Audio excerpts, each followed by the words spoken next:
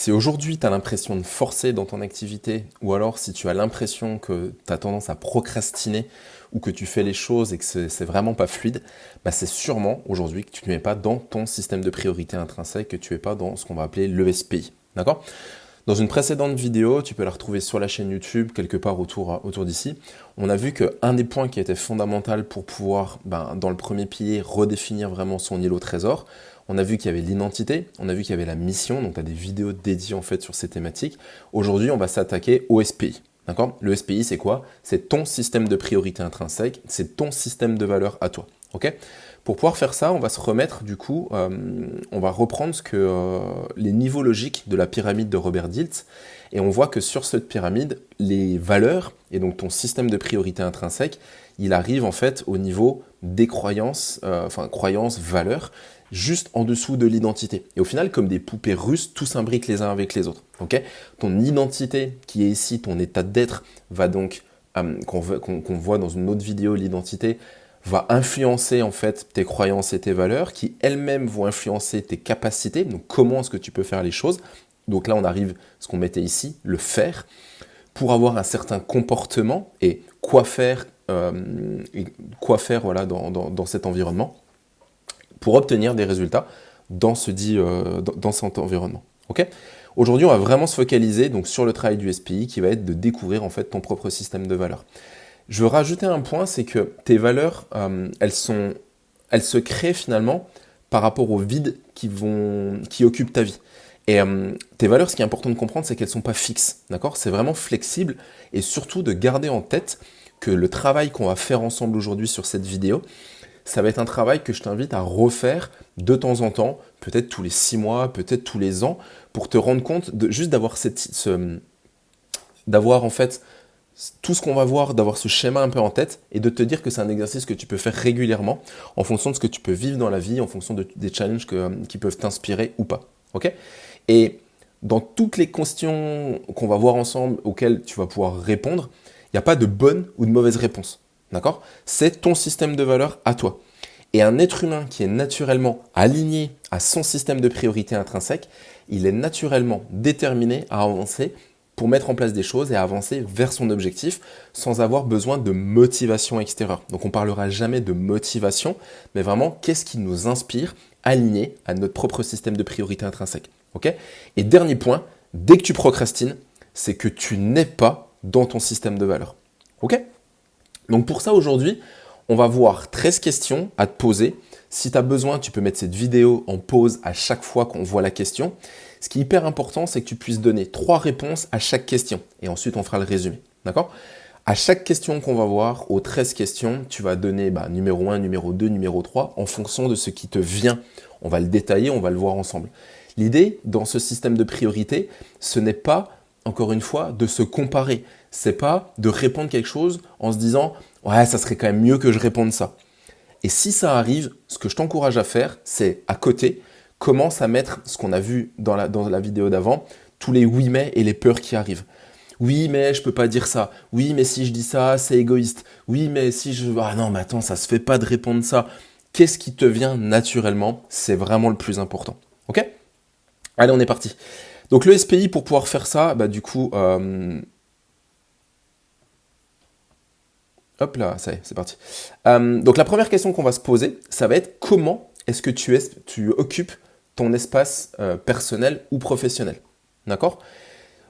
Regarde autour de toi, regarde sur ton bureau, regarde sur l'espace qui est autour de toi. Qu'est-ce que tu vois? Ce que tu vois autour de toi, comme c'est écrit, donc c'est un indicateur de ce qui est vraiment important pour toi et de ce que tu valorises. La plupart du temps, ce qu'on va mettre dans des cartons, même ce qu'on peut entreposer dans le garage, dans le grenier, je sais pas, c'est des choses qui vont pas être vraiment indispensables pour toi. Donc je t'invite vraiment à te poser la question, qu'est-ce qu'il y a autour de toi? Est-ce que c'est clean? Est-ce qu'il y a il n'y a pas grand-chose et tu es plutôt minimaliste. Est-ce qu'il y a des livres et toi, par exemple, est-ce qu'il y a des livres qui peuvent te dire, bah ouais, j'aime apprendre et donc j'ai une valeur d'apprentissage qui est importante. Est-ce qu'il y a un ordinateur avec lequel tu travailles? Qu'est-ce que tu fais quand tu es sur cet ordinateur? Bah là, par exemple, moi, je suis en train de te mettre une vidéo et moi, j'ai une valeur de transmission, d'apport de connaissances ou en tout cas de transmission qui est vraiment hyper importante. Et donc, du coup, ben, je vais souvent faire des vidéos comme ça pour pouvoir te transmettre ces contenus-là. Souvent, j'ai toujours également des tenues de sport. Il y a toujours un sac qui est prêt, ou pour aller à la salle de sport, ou pour faire une séance de course à pied. Moi, dans mes valeurs qui sont fondamentales pour moi, il y a vraiment le sport, il y a la famille, mais il y a vraiment la transmission et il y a vraiment le business. Et à partir de là, ben, il n'y a pas vraiment de bonne ou de mauvaise réponse. Ok? Je te donne un exemple. On a un entrepreneur qu'on a accompagné, qui a été papa à un moment donné, et quand il a refait ce travail à ce moment-là, en fait, il s'est rendu compte que il avait toujours la valeur business qui était numéro un, et la valeur famille qui était toujours un petit peu plus loin, alors qu'il venait d'être papa. Et là, en fait, tu as toutes les injonctions sociales et les dogmes moraux, etc., qui arrivent en disant, ben non, tu viens d'être papa, tu dois passer du temps avec ton enfant, etc., etc. Donc du coup, il est là en mode, putain, mais du coup, je suis égoïste, en fait, je pense qu'à moi. Et il se sent pas bien. Il a refait ce travail-là, il s'est aligné à son système, et en fait, il a juste segmenté en fait ses blocs, son temps avec différents blocs horaires. Il a mis ses créneaux du coup business de travail, il les a un petit peu réduits, mais c'était important pour lui. Ensuite, des créneaux de sport, il en a mis moins, mais il en a quand même mis dans son agenda parce que c'est important pour lui. Et ensuite, le reste du temps, il le passe avec son bébé et sa famille. Et il n'y a plus de place en fait pour le reste. Mais c'est un temps. Toi, 1 an ou 2 ans après, ça va changer. Donc si tu as des oui mais qui arrivent, etc., note-les. Ça sera autant de sujets qui seraient intéressants de travailler que tu devras en fait dépolariser ou en tout cas rééquilibrer. Donc voilà, qu'est-ce qu'il y a autour de toi? Est-ce qu'il y a des photos? Est-ce qu'il y a des posters de sport? Est-ce qu'il y a des livres? Est-ce qu'il y a un ordinateur? Pose-toi ces questions-là. Donc encore une fois, numéro 1, numéro 2, numéro 3 réponses à chaque fois. Et essaye d'être le plus précis possible. Ok? Deuxième question qu'on va se poser cette fois-ci, comment est-ce que tu vas occuper ton temps? D'accord? Encore une fois, c'est encore un bon indicateur justement le temps que tu vas accorder à certaines choses. Est-ce que tu passes du temps à la salle de sport? Est-ce que tu passes du temps avec des amis? Est-ce que tu passes du temps à apprendre, etc., etc. Comment est-ce que tu occupes vraiment ton temps? Et finalement, on va se rendre compte que on va se rendre compte que la plupart du temps, quand on nous dit j'ai pas le temps, c'est juste qu'en fait, on n'a pas le temps pour ce qui n'est pas prioritaire pour nous. Ok? Donc c'est vraiment un truc où on trouve toujours le temps pour quelque chose qui est vraiment une priorité pour nous. Donc réfléchis à 3 activités, 3 actions auxquelles tu passes le plus clair de ton temps. Et à quoi est associé, ou alors à quoi est associé ton esprit? À quoi tu penses également pendant ce temps-là? Et qu'est-ce que ça évoque pour toi? Écris tout ce qui te passe par la tête, ça te permettra ensuite de le remettre un petit peu en forme et de lister encore 3 choses. Pour te donner un exemple, est-ce que ça peut être t'entraîner, du coup, bah, encore une fois, pour devenir devenir meilleur dans ton sport, pour apprendre de nouvelles compétences, etc. Est-ce que c'est voyager pour pouvoir découvrir le monde, pour pouvoir explorer, pouvoir apprendre, ou alors est-ce que c'est lire avec des valeurs d'apprentissage, d'imagination, etc., etc. Ok? Donc, ce qui est vraiment important, retiens ça aussi, c'est que quand on dit j'ai pas le temps, en vrai, c'est qu'on est trop occupé en fait avec ce qui est important pour nous pour pouvoir prendre le temps pour quelque chose qui n'est pas important pour nous. D'accord? Donc ça va vraiment être un point hyper important. Troisième question, comment est-ce que tu dépenses ton énergie? D'accord? Tu auras toujours de l'énergie pour quelque chose qui est important pour toi. Moi, par exemple, j'ai pas d'énergie. Je pourrais te donner quoi comme exemple? J'ai pas d'énergie pour aller, mais ça se recoupe avec un autre truc, pour aller passer des heures en soirée, pour aller en boîte ou un truc comme ça, parce que j'aime pas ça. C'est un truc qui est pas important pour moi. Donc, j'aurai la flemme. J'ai pas d'énergie non plus si je dois faire si des bons trucs des fois. J'aime pas faire des vidéos, j'aime beaucoup moins écrire, donc je vais toujours dire bah ouais non, j'ai pas d'énergie pour écrire, pour rédiger des choses en fait, parce que je suis beaucoup plus animé par le fait de transmettre un message en vidéo, en podcast, etc., comme je suis en train de le faire maintenant. Et là j'ai vraiment de l'énergie pour ça. Donc regarde dans quoi est-ce que tu dépenses ton énergie. Encore une fois, dans le sport, dans les relations, dans le temps de partage que tu peux avoir avec tes enfants, avec ton mari, avec ta femme, avec ton conjoint globalement, avec tes associés, avec peu importe. Où est-ce que tu dépenses ton énergie? Pareil, numéro 1, numéro 2, numéro 3, essaie d'aller lister 3 actions, activités auxquelles tu accordes le plus d'énergie. Moi, le sport fait partie de mes valeurs fondamentales. Je sais que je vais aller courir au moins 3 à 4 fois par semaine. Donc, je vais dépenser de l'énergie pour ça. Et je suis OK. Ça produit de la fatigue après, mais je suis OK avec ça en fait. D'accord? Et pareil, qu'est-ce qu'il est facile pour toi de faire? Ça ne te demande pas d'énergie. Là, ça me demande absolument pas d'énergie de te faire une vidéo. Je l'ai structurée, je l'ai préparée en amont, donc j'ai réfléchi. Mais de tourner cette vidéo et de te la faire, ça me demande absolument pas d'énergie. Au contraire, ça me regorge d'énergie. Donc c'est vraiment que je suis aligné à mon système de valeurs et à mon système de priorité intrinsèque. Je pourrais te faire ça, je vais pour faire 15 par jour, mais je peux vraiment les faire, je ne serai pas plus fatigué après. Au contraire, j'aurai encore plus d'énergie. D'accord? Quatrième question, je t'invite à te poser la question, comment est-ce que tu dépenses ton argent? Pareil, on trouve de l'argent pour les choses qui sont vraiment importantes pour nous. Et en fait, on n'a pas forcément envie de dépenser de l'argent pour quelque chose qui n'est pas important. Regarde comment et où véritablement tu vas vraiment dépenser ton argent. C'est quoi les trois choses? Quelles sont les trois choses pour lesquelles vraiment tu vas dépenser le plus d'argent? Quelles sont ces choses pour lesquelles tu trouveras toujours un moyen? Je te donne un exemple, j'ai dû le noter. Voilà, pour ma part, je vais pas aller claquer 150 balles dans un jean de sport, dans un jean de marque ou dans des fringues de marque parce que je suis pas inspiré par ça. Par contre, je peux aller claquer 1000 balles dans un séminaire de transformation pour moi me développer. Je peux y aller.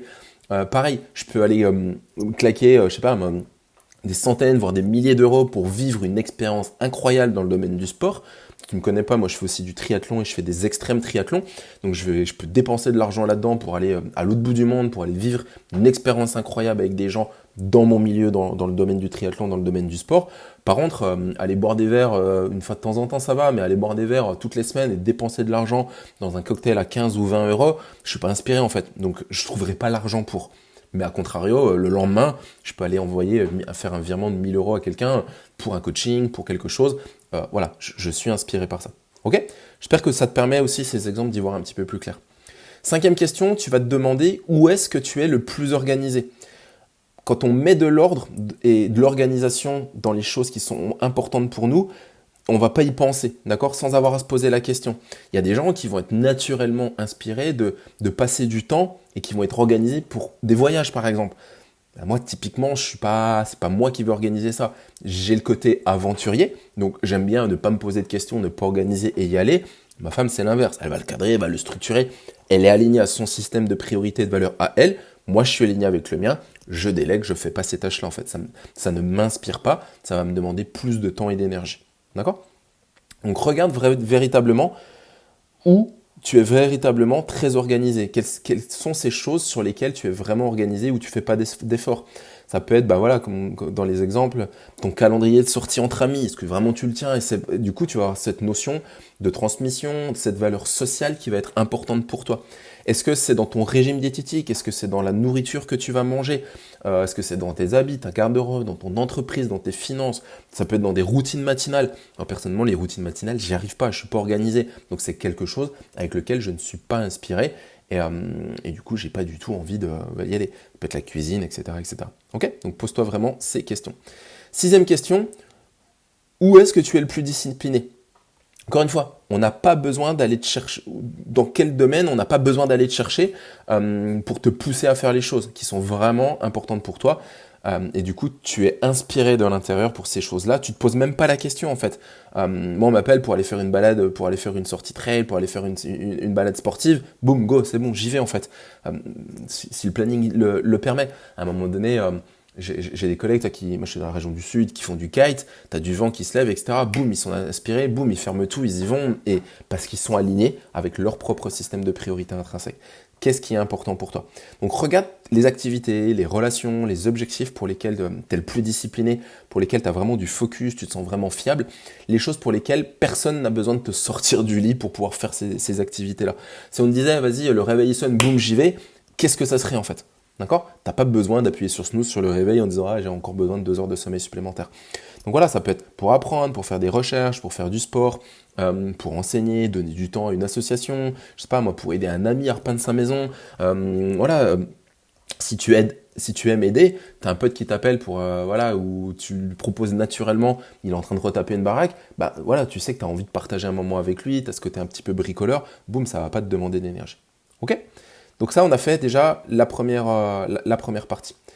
Ensuite, cette fois-ci, on va aller voir la 7e question. Cette fois-ci, on va se demander à quoi est-ce que tu penses le plus? Quelles sont les pensées qui te dominent vraiment dans la vie. D'accord? On ne parle pas ici des pensées négatives ou des pensées négatives intérieures qu'on peut tous avoir un peu au fur et à mesure de la journée et qui peuvent nous distraire, mais vraiment, qu'est-ce que tu dois faire? C'est quoi les pensées en fait qui te traversent? Voilà.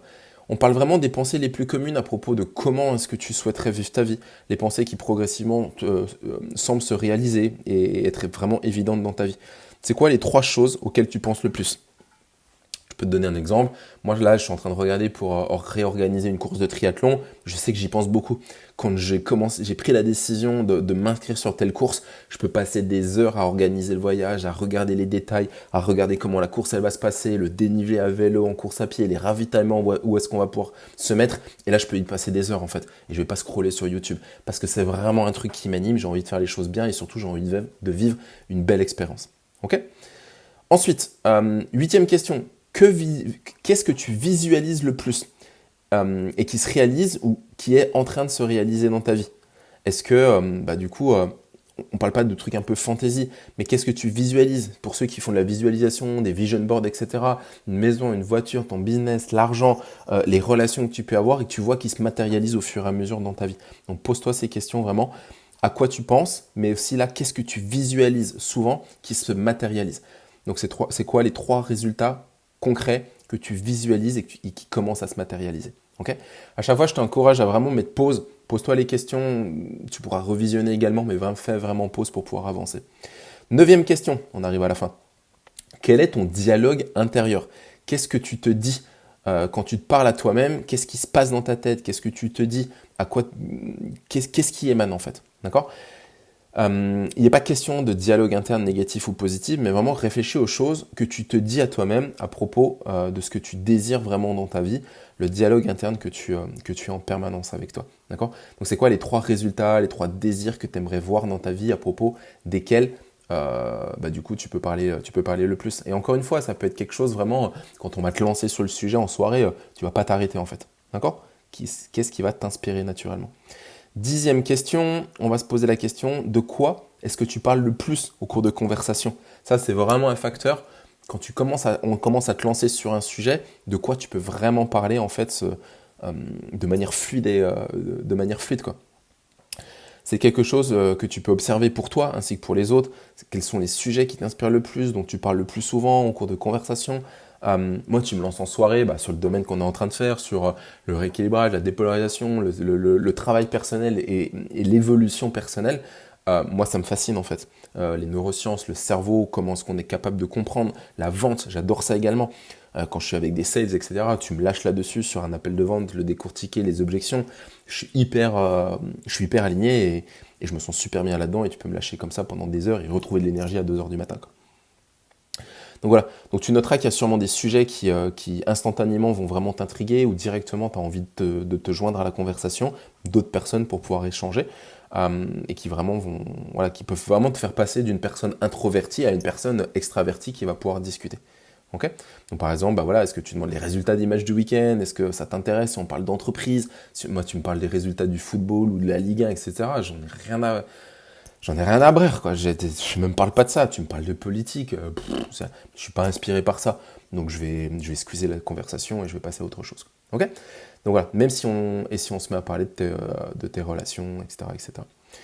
11e question. Qu'est-ce qui t'inspire spontanément? En ce moment, qu'est-ce qui t'inspire? Ou qu'est-ce qui t'a inspiré dans le passé? Qu'est-ce qui vraiment t'inspire au quotidien? Quelles sont les personnes qui t'inspirent? Qu'est-ce qu'elles ont en commun, ces personnes-là? Quelles personnes vraiment tu visualises, vraiment t'inspirent? Ça peut être des entrepreneurs, ça peut être des potes. Qu'est-ce que ces personnes ont vraiment en commun qui t'inspirent?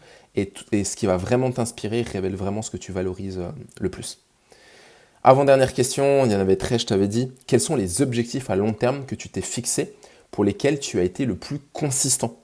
Ok? Quels sont les objectifs à long terme que tu t'es fixés pour lesquels tu as été le plus consistant? En marketing, si tu as une boîte, on te dit souvent faut faire des actions marketing, il faut faire des posts, etc. Si tu t'es mis un défi de rédiger des posts ou de faire des vidéos ou peu importe dans ta boîte, en fait, est-ce qu'il y a des choses, des objectifs que tu t'es mis, que tu as lâchés sur le chemin? Clairement, c'est que ça veut dire, encore une fois, que c'est que tu n'es pas aligné à ton système de priorité. Si par contre, tu t'es mis un défi, 30 jours, faire une vidéo par jour, et que tu as vraiment tenu et que c'était trop cool et que tu as envie de continuer, vraisemblablement, la transmission et la vidéo et le format dans lequel tu l'as utilisé, bah, c'est vraiment quelque chose qui t'inspire. Okay. Donc quels sont les 3 objectifs à long terme pour lesquels tu as été vraiment focus, qui sont en train de se réaliser? Encore une fois, on ne parle pas ici de fantaisie, pour lesquels rien ne se passe. On parle ici de rêves que tu es en train de réaliser, doucement mais sûrement, mais qui occupent ton esprit depuis longtemps, les rêves que tu es en train de réaliser step by step dans ta vie quotidienne. Okay. Donc réfléchis, quels sont les 3 objectifs les plus importants pour lesquels tu continues d'être vraiment focus et qui deviennent progressivement vrais et qui sont en train de se manifester dans ta vie. Et enfin, dernière question, qu'est-ce que tu aimes apprendre le plus? Pose-toi cette question. Quel sujet t'inspire le plus?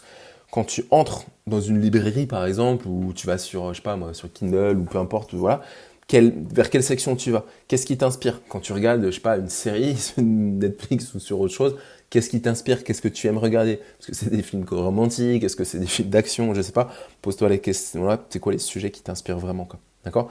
Ça peut être des livres, ça peut être des magazines auxquels tu souscris, des documentaires, des séries, des vidéos sur YouTube également. Qu'est-ce qui t'inspire? Est-ce que tu aimes apprendre d'autres personnes? Est-ce que tu aimes apprendre des techniques? Est-ce que tu aimes apprendre de nouveaux skills? Des hard skills, des soft skills, peu importe. C'est vraiment hyper important. D'accord? Donc si on revoit les 13 questions, comment est-ce que tu occupes du coup vraiment ton espace personnel? Comment est-ce que tu occupes ton temps? Où est-ce que tu vas vraiment dépenser de l'énergie? Comment est-ce que tu dépenses ton argent? Donc on avait l'espace, le temps, l'énergie que tu peux déployer, l'argent que tu peux investir. Dans quoi est-ce que tu es vraiment organisé? L'organisation, c'est un point hyper important.